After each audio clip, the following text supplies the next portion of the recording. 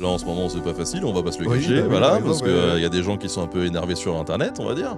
Dans la rue, je commençais à me faire arrêter par des gens, c'était pas du tout le même public qu'avant, quoi, tu vois. Et j'ai été le premier surpris de voir à quel point la sauce a très rapidement prise. L'histoire est toujours politique parce qu'elle est instrumentalisée par les politiques. Je me dis, waouh, je perds des skills de ouf, les épisodes sont nuls par rapport aux autres.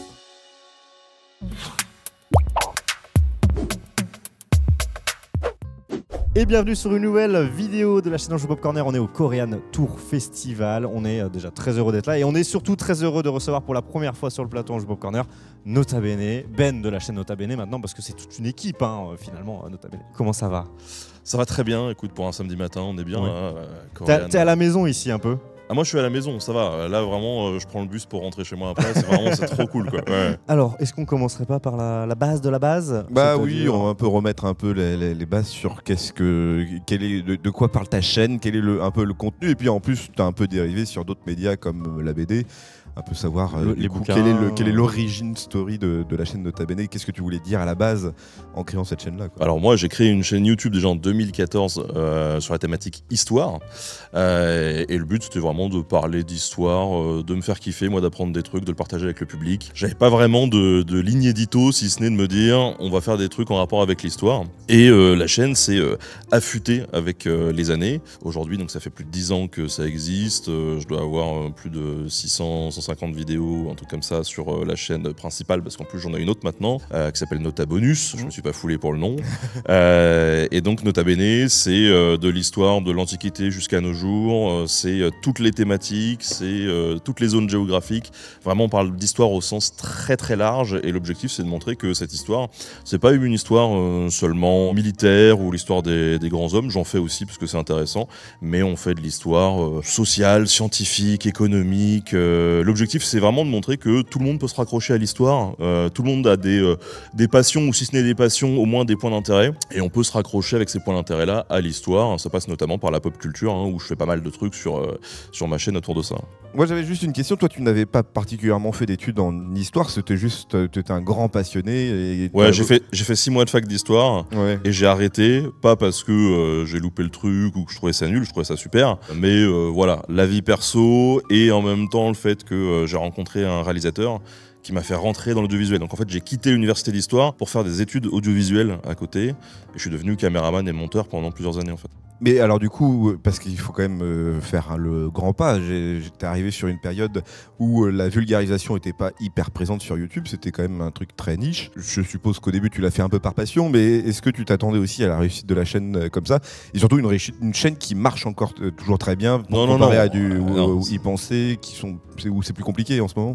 Non, ça a été une surprise pour moi de voir que ça fonctionnait. Moi, si je l'ai lancé à la base, c'est parce que je me faisais un peu chier à la maison, parce que j'avais perdu mon boulot. Justement, j'ai bossé dans l'audiovisuel pendant moins 6-7 ans. En 2014, la boîte dans laquelle je bossais battait un peu de l'aile, donc tout le monde se fait virer. Et là, il faut que je m'occupe un petit peu, quoi. Et en fait, moi, je venais de débarquer à Tours il y a 1 an. Sur Tours, il n'y avait pas beaucoup de boulot dans l'audiovisuel. Donc, honnêtement, je m'étais dit, va falloir que je me reconvertisse, je vais faire autre chose, tant pis.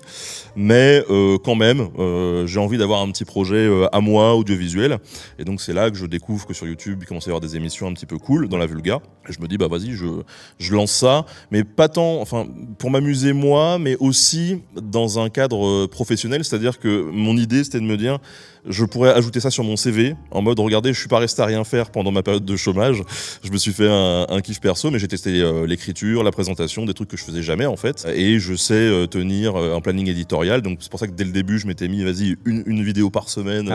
J'étais en mode bourrin dès le début, quoi. Et donc ça s'inscrivait un petit peu là-dedans. Et bien sûr, quand tu te lances sur YouTube, t'as toujours envie que ton émission soit connue, que ça réussisse. Mais honnêtement, j'avais aucun espoir. Tu vois, je me suis dit je vais parler d'histoire, voilà. Et j'ai été le premier surpris de voir à quel point la sauce a très rapidement prise. Et honnêtement, encore aujourd'hui, ça fait plus de 10 ans que ça existe. J'ai une dizaine de salariés, entre 20 et 40 auteurs à l'année qui bossent sur l'émission. Mais chaque année, je me dis encore, l'année prochaine, je suis plus là. Tu vois, c'est toujours une surprise de voir à quel point, à chaque fois, je me retrouve dans des trucs. Et moi, j'allais te demander justement à quel moment ça passe de c'est toi qui fais tout, parce que j'imagine qu'au début c'était toi qui faisais tout, écriture, montage, tournage. À quel moment tu dis ok, là je vais commencer à me faire aider, accompagner, comment tu as pris les décisions, parce que commencer à déléguer c'est peut-être pas facile quand on a bossé tout seul pendant c'est super dur. c'est super dur. T'as toute une étape c'est vraiment des étapes de deuil, hein, Ouais. clairement. Moi, j'avais le côté où j'ai bossé dans l'audiovisuel, donc je suis habitué au travail d'équipe aussi. Quand j'allais en tournage, on était toujours plusieurs, tout ça. Donc dès 2015, moins d'un an après le lancement de l'émission, j'ai déjà quelques tournages où je me retrouve avec plusieurs personnes. Donc déjà, ça fait plaisir. Ensuite, j'étais pas tout seul dans le sens où déjà, 2014-2015, c'est l'explosion de ces chaînes de vulgarisation. Donc il y a plein de chaînes et en fait, on se regroupe tous ensemble et on fait des contenus ensemble. Donc ça a brisé un peu cette solitude dans le travail. Maintenant, dans l'écriture, par exemple, et le montage, dès 2015, je me fais aider par 2-3 potes, notamment Monté de la chaîne Linguisticae, qui a écrit un peu pour la chaîne.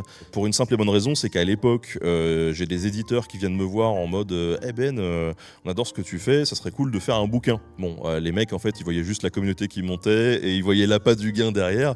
Mais moi, de mon côté, bon, c'était l'opportunité de me dire wow, on vient me chercher pour faire un bouquin. Dans ma vie, jamais j'aurais pensé faire un bouquin, donc allons-y. Et en fait, le truc, c'est que les mecs m'ont dit ouais, bah t'as 6 mois pour l'écrire. Moi, j'avais jamais écrit de bouquin, donc je fais ouais, nickel, 6 mois, ça va, c'est large. Et puis au bout d'un mois, je me dis c'est pas large du tout, vraiment. C'est hyper chaud.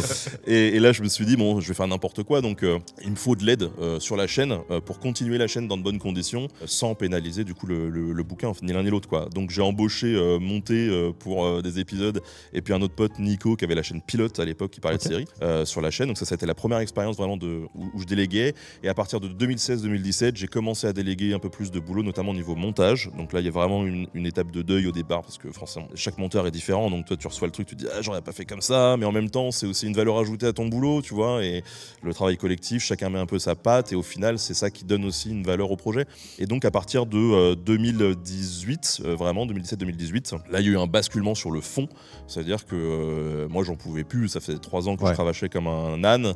Je suis pas historien, donc j'avais une méthode de travail, tout ça. Donc voilà, j'ai évité de dire des grosses âneries, mais je voulais aller plus loin sur les angles d'attaque des sujets, sur l'expertise qu'on développait. Et donc à partir de là, j'ai commencé à faire écrire les scripts par des historiens, des archéologues, des professionnels de la médiation. Et donc ça a été progressif, mais quand même assez rapide. Et aujourd'hui, j'écris 1 ou 2 scripts par an, histoire de garder un peu la forme. Et puis même de temps en temps, je me fais un kiff où je monte encore un épisode et je me dis waouh, je perds des skills de ouf, les épisodes sont nuls par rapport aux autres, mais ça me fait plaisir et au moins je me dis que j'ai toujours un petit peu la tête dedans et je me rends compte aussi des réalités de production.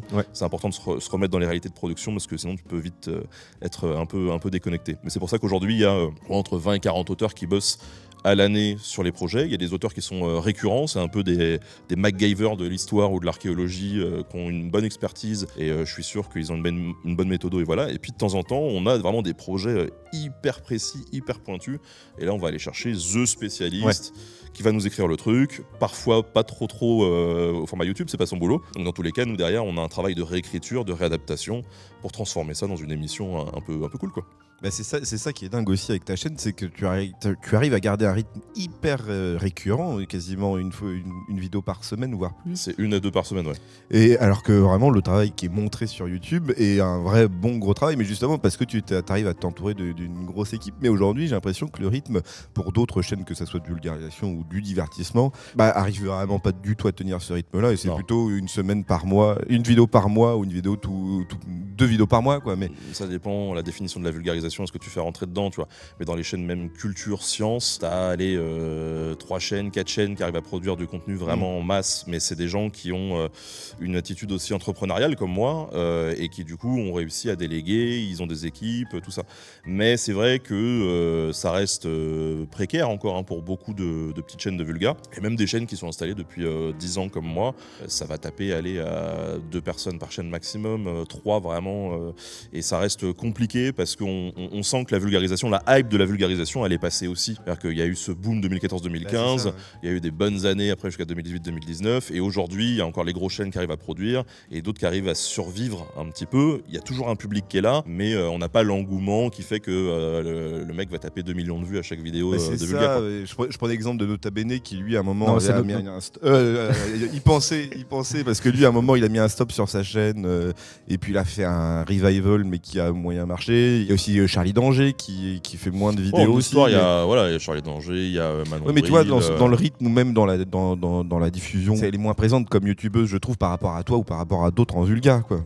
Ouais, après voilà, moi je fais le choix d'avoir une équipe. C'est ça. Et vraiment de mêler en fait, je dis toujours, hein, moi, il y a l'aspect médiation, histoire qui me passionne, il y a l'aspect entrepreneurial aussi, et en fait les deux se nourrissent et se renforcent. Et c'est parce que j'ai aussi cette attitude un peu entrepreneuriale que j'arrive à dégager des thunes pour payer tout le monde et créer des bonnes équipes qui fonctionnent partout. Et c'est pour ça que je suis aussi sur d'autres plateformes. Je suis sur Facebook par exemple. Alors au début quand j'étais sur Facebook, hein, tous les copains Vulga ils se sont foutus de ma gueule, ils m'ont dit Ben, il y a que des boomers, qu'est-ce que tu vas foutre là-bas? Mais moi je trouvais que c'était nécessaire pour côté entrepreneur, justement, aller chercher d'autres trucs, mais surtout côté médiation, aller chercher d'autres publics, parce qu'il y a plein de gens qui me connaissaient pas. Et quand on s'est lancé sur Facebook et que ça a explosé, parce que j'ai 1,5 million là-bas de personnes qui suivent la page, dans la rue, je commençais à me faire arrêter par des gens. Je t'ai vu sur Facebook. C'était pas du tout le même public qu'avant, quoi. Tu vois, j'avais des petits vieux au marché, j'avais des types qui me disaient ouais, j'ai un bon dentiste, je vais te le conseiller. J'ai rien demandé, mec. Vraiment, des gens qui m'arrêtent dans la rue pour me dire. J'ai été sur TikTok, c'est la même chose. Là, ça te permettait de toucher un autre public aussi. Et puis l'avantage, ce qui était rigolo sur TikTok, c'était aussi une autre forme de narration. À chaque fois que tu vas sur une autre plateforme, un autre média, c'est des petits challenges de vulgarisation parce que tu parles pas sur TikTok comme tu parles sur YouTube. Ouais. Moi, j'adore. Et la finalité de chaque média n'est pas le même non plus. TikTok, tu vas pas faire une thèse, quoi. T'es là vraiment pour divertir, pour attiser la curiosité, la petite anecdote, le petit truc. Et puis si ça plaît aux gens, ils vont aller plus loin. Ils vont aller plus loin après en allant sur une vidéo YouTube ou un entretien que je fais avec des historiens sur Twitch qui dure 2 heures, tu vois, ou lire un bouquin, et voilà, c'est cool. Et est-ce que cette structure finalement en entreprise avec des gens qui bossent, ça t'a aussi permis de retrouver un équilibre peut-être vie privée, vie perso? On dit souvent que les créateurs de contenu, ils sont complètement sous l'eau parce qu'ils font tout et du coup ils comptent plus du tout leurs heures, etc. On a tous des petits problèmes, je crois.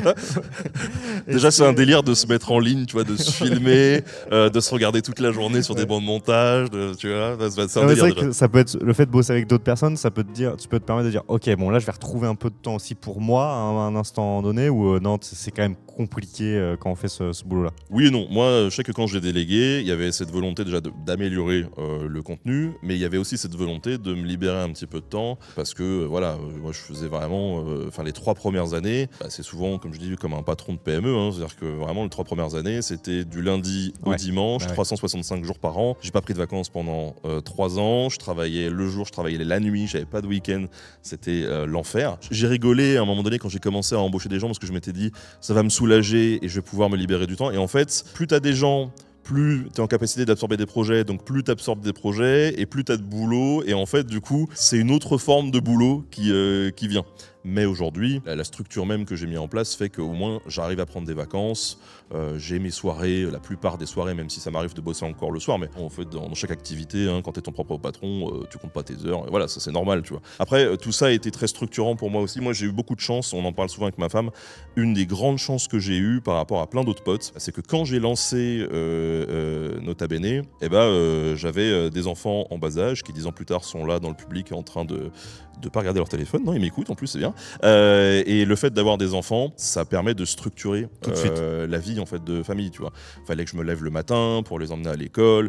Et j'étais obligé d'avoir un rythme quand même. Donc même si le rythme était complètement fucké parce que je me réveillais, à 3h du mat, je travaillais encore, je m'enregistrais dans le salon, tu vois, pendant que tous les autres dormaient. Mais ça permet de caler un rythme et de se fixer parfois des limites aussi à pas dépasser. Alors, tu as parlé d'histoires où il y avait des éditeurs qui sont allés te choper pour écrire des livres ou des trucs comme ça. Est-ce que c'est un format qui t'intéresse et surtout comment tu adaptes ton travail aussi pour ces formats-là? Alors, en livre ou en BD? Disons en BD, parce que j'ai l'impression que c'est le format qui marche plutôt, qui se diffuse bien. C'est pas celui qui marche le mieux. C'est pas celui qui marche le mieux? Non. Moi, la BD, en fait, j'ai testé parce que pour moi, c'était un moyen aussi d'aller chercher un autre public qui était peut-être le public ado. Et en vrai, je me rends compte que ceux qui lisent les BD, alors il y a des ados, mais c'est surtout des adultes en fait. Mais la BD, on m'a proposé assez tôt d'en faire et pendant longtemps j'ai refusé. J'ai dû mettre au moins 3-4 ans à céder aux sollicitations des éditeurs parce que, je sais pas, au départ j'avais du mal à voir la plus-value, tout ça. Et puis en fait, c'est tellement une autre forme de narration que s'il y a une autre forme de plus-value. Et puis ce qui est intéressant avec la BD, c'est l'interprétation parce que on est confronté souvent à un problème quand on fait les épisodes Nota Bene, c'est l'iconographie. Moi j'ai 2 personnes au sein de mon équipe qui sont spécialisées dans les recherches d'images pour tous les documentaires qu'on produit. Et en fait, quand tu travailles sur l'Antiquité, c'est compliqué, quoi. Là, tu le transposes en BD et bah, tu laisses la liberté au dessinateur aussi. Et voilà, alors tu interprètes cette histoire, tu joues avec, voilà, mais tu l'assumes et ça permet d'avoir une autre histoire visuelle qui est assez intéressante. Après, je me suis pas lancé dans la BD au départ aussi parce que autant un livre, je m'étais dit bon, je sais pas si je sais écrire. Parce que t'écris pas une vidéo comme t'écris un livre, mais on fait un test et on verra, et ça me plaît et je me sens de tenter. Autant la BD, c'est une écriture qui est tellement spécifique, tu vois, l'écriture de la case, tu vois, d'arriver à chaque fin de page à créer une attention pour, tu vois, enfin, il y a vraiment une écriture très spécifique. Et donc, moi, quand j'ai bossé avec mon éditeur qui est Soleil pour les BD, chez qui je suis édité, j'ai exigé d'avoir un co-scénariste parce que je leur ai dit, mais moi, en fait, ça m'intéresse pas de sortir une BD youtubeur nul à chier, comme franchement, il y en a plein. Voilà, hein, c'est juste des produits dérivés comme ça que tu balances et puis banzai. Moi, ce que je veux, c'est que voilà, ça se tienne, quoi. Donc, j'ai eu un co-scénariste qui est hyper compétent, Mathieu Mariol, et on a bossé ensemble pour cette série de BD. Il y en a 6 aujourd'hui. Je sais pas si on aura 7 pour l'instant. Je mets un peu le projet en stand-by, peut-être pour réfléchir à une autre forme. Là, on était plus sur de la BD franco-belge, un peu humoristique. Peut-être que ça donnera autre chose. Je me laisse un petit peu de du temps manga, pour voir. Le manga, je sais, honnêtement, ça pourrait je sais, marcher, hein, mais... ça me correspond pas. C'est-à-dire que j'ai lu plus de BD dans ma vie que de ça. manga. Et le manga, en fait, je m'y mets parce que mes enfants s'y mettent et que j'ai peur qu'ils me mettent une pile, en fait. Ouais. Tu vois, ils commencent à connaître plus de trucs que moi, du coup ça me vexe un peu, donc je m'y mets et je me rends compte qu'il y a dans le manga il y a plein de trucs super intéressants.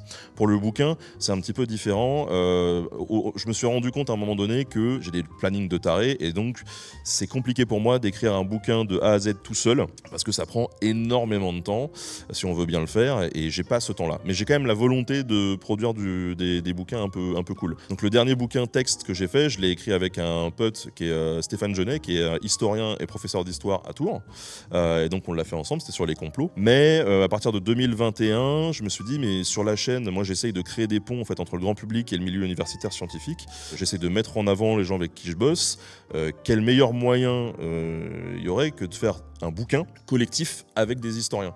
Et donc, je me suis dit, bah voilà, en 2022, ça a été un tournant où j'ai commencé à diriger des ouvrages collectifs sur des thématiques précises. On a fait les Vikings, on a fait les samouraïs, là je suis en train de travailler sur les pirates, et honnêtement ça peut se décliner, là sur les 30 ans à venir j'ai de quoi m'occuper avec plein de thématiques, et donc j'invite des historiens spécialistes de ces sujets-là pour qu'on fasse des grands livres de vulgarisation accessibles, hyper carrés scientifiquement. C'est ça, moi j'allais revenir là-dessus, parce que du coup on a Samouraï là, qui est dans le décor, ouais. que j'ai lu, et donc à la suite d'avoir regardé tes vidéos, c'est vrai que je trouve que dans tes bouquins il y a une exigence un peu plus, c'est-à-dire qu'il reste accessible, mais c'est quand même, on sent le côté universitaire, il va y avoir vraiment des données techniques où je me suis dit, ok, là on va apprendre des trucs, des fois il faut le relire plusieurs fois pour être sûr d'avoir bien saisi les infos. C'est aussi une volonté de se dire, ok, là je pousse un peu le curseur peut-être par rapport à YouTube où t'oserais peut-être pas, parce que j'imagine que sur YouTube on veut pas paraître austère des fois en étant... après on a des épisodes qui sont assez techniques, parfois, ouais. honnêtement. Là le truc c'est que moi je laisse la liberté aussi à chaque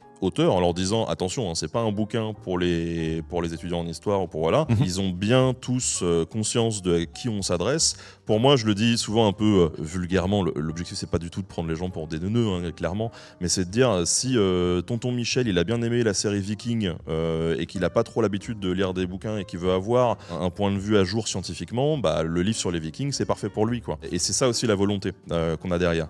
Donc parfois c'est un peu touffu parce qu'on rentre dedans, mais tout est très chapitré, c'est des beaux livres avec des très très belles iconographies, et donc tu peux tout à fait te lire 2 pages un jour et puis te laisser 2 jours pour tu vois, les digérer et faire autre chose, ou t'as des gens qui le dévorent d'un coup comme ça, et les thématiques sont tellement variées à l'intérieur de l'ouvrage que j'ai pas la sensation que ça soit moins accessible. Je me suis posé des questions sur les samouraïs par rapport aux Vikings, pour la simple et bonne raison qu'on tombe sur un écueil en tant qu'occidental, c'est qu'on est moins habitué à tout ce qui est nom, géographie japonais en fait. Même les périodes historiques sont pas les mêmes. Ouais. La période médiévale japonaise ne correspond pas à la nôtre en fait, tu vois. Donc tu as tous ces concepts là qu'il faut réussir à expliquer, et pour la plupart des gens en Occident, on est quand même un peu éloigné de ça. Les Vikings c'était plus simple. Là les pirates, ça va être beaucoup plus fluide, je pense, parce que on est beaucoup plus habitué à ça en fait. C'est une histoire qu'on connaît aussi beaucoup plus. Moi j'ai une question, c'est est-ce que pour toi l'histoire est politique ? Oh oui. Et du coup, comment tu gères ça? Comment tu gères le fait que, comme l'histoire est politique, tu vas satisfaire une partie de ton public, une autre partie qui va se dire pourquoi il a fait le choix de décrire telle ou telle période dans ce sens-là et pas dans l'autre. Comment tu arrives à gérer ça, toi? Plus ou moins facilement en fonction des sujets et des périodes. Là, en ce moment, c'est pas facile, on va pas se le cacher, voilà, parce qu'il y a des gens qui sont un peu énervés sur Internet, on va dire. Mais oui, l'histoire, elle est toujours politique, parce que rien que le simple fait d'un document écrit que tu vas analyser, ce document, il faut le questionner. Tu vois, quand tu trouves un manuscrit du 15e siècle, il est beau, il raconte un truc, ok.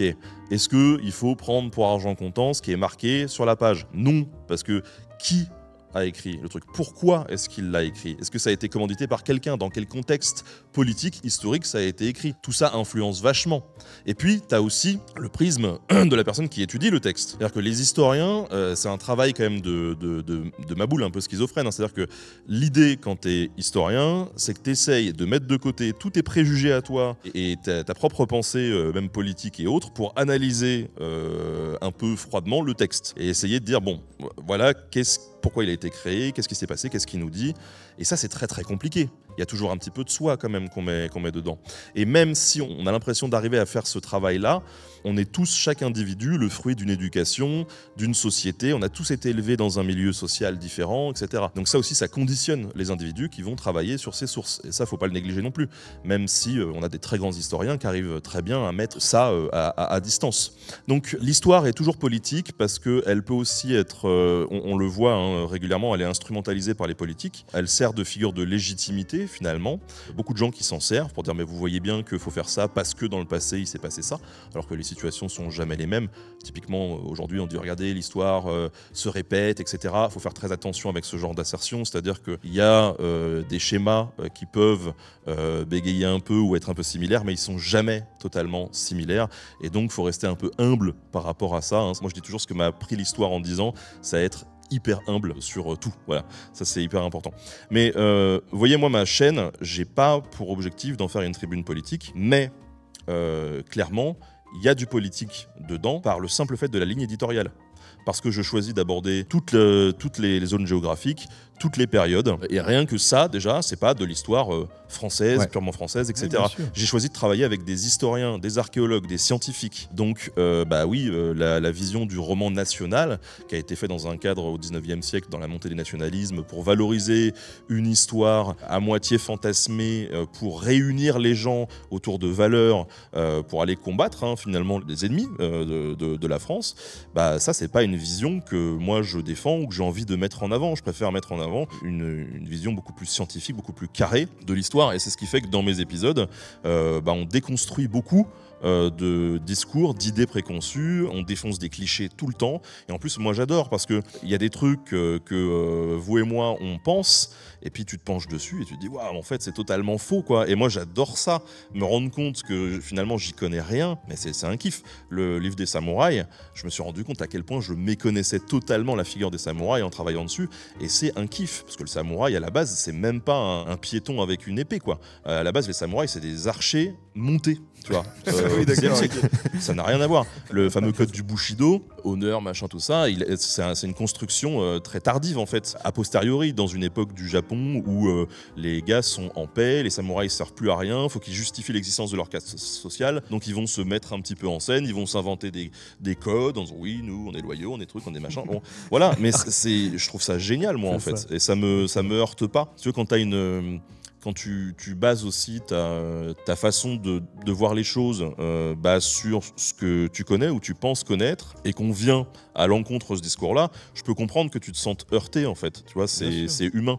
Mais c'est comme ça, tu vois, il faut mettre de l'eau dans son vin, quoi. Ça exclut pas, tu peux avoir des valeurs et puis que l'histoire est différente à côté. Oui, mais en fait, le fait de déconstruire déjà est une grosse étape à bien prendre en compte, quoi. Parce que c'est vrai que le roman national, on avait déjà fait, tu sais, oui, le gros talk qu'on avait parlé du roman national. Le fait d'entendre tout ce que tu as appris comme vérité, qui au final n'est pas du tout la vérité, ça fait quelque chose. Alors il y en a qui acceptent la chose parce que ça reste que de l'histoire et ça les a pas forcément forgés, quoi. Mais les chaînes comme ce que tu proposes toi devrait être on va dire le nouveau livre d'histoire à apprendre aux jeunes enfants, parce que le roman national pas une vérité et même pas une base en fait au final d'éducation non plus. Non, quoi. et puis moi ce que j'essaie de montrer aussi sur la chaîne, et ça c'est hyper important, parce que bon là on dérive très, très légèrement, mais tu vois, moi t'en as qui me reprochent d'être anti-France, anti-machin. Ouais. Absolument pas quoi, mais vraiment pas du tout. Mais moi c'est justement contre cette idée de roman national, et en fait des romans nationaux il y en a plusieurs. C'est-à-dire que même en France il peut y en avoir plusieurs, de tous les bords politiques, et il y en a dans d'autres pays, et en fait on s'est amusé nous à aller déconstruire le roman national chinois, tu vois. Qui veut là-bas eux c'est l'empire millénaire qui a toujours été uni, qui a toujours non pas du tout quoi. Enfin ce qui est sûr tu vois c'est que ici aujourd'hui là on est au Korean Tour Festival, sur l'histoire de la Corée il y a plein de trucs à dire passionnants. Bah, du coup voilà, si ça vous tente, je vous le dis là droit dans les yeux, allez sur Nota Bene, il y a quelques épisodes sur la Corée, notamment sur le folklore, donc les mythes coréens, vraiment il y a plein de trucs super cool. Dernièrement on a fait un truc sur le fameux coup d'état manqué en Corée, et donc on revient sur toute l'histoire contemporaine de la Corée pour comprendre un peu pourquoi la situation politique est souvent très instable là-bas. Et donc il y aura plein d'infos sur aussi pourquoi par exemple Corée du Nord, Corée du Sud, après la Seconde Guerre mondiale, ce genre de trucs. Et puis dans quelques épisodes vous retrouverez un petit peu aussi quand même de contenu sur l'histoire de la Corée. Je pense à des vieux épisodes, même en 2015 j'avais fait un truc sur les fails militaires avec le fameux amiral Yi Sun-sin, un amiral coréen 16e siècle, qui lors de la deuxième invasion de la Corée par le Japon réussit à repousser la flotte japonaise qui est beaucoup plus nombreuse que la sienne, et qui sauve la Corée, qui est un héros national, qui fait partie du roman national coréen justement là-bas. Donc il y a plein de choses à dire sur la Corée. Sur la chaîne Nota Bene. Voilà. C'est très clair. Merci beaucoup d'avoir pris le temps de venir discuter avec nous. On a un peu débordé notre quart d'heure, mais c'est pas grave. Oui. Franchement, on a bien parlé et on aura d'autres occasions. Je suis sûr de te retrouver en convention. Ici au Korean Tour, on te retrouve le stand web, c'est ça ? Ouais, je suis en dédicace, je sais pas trop où, mais voilà, mais entre 13h et 15h. Voilà. Merci beaucoup. Merci et à très vite. Merci à tout le monde.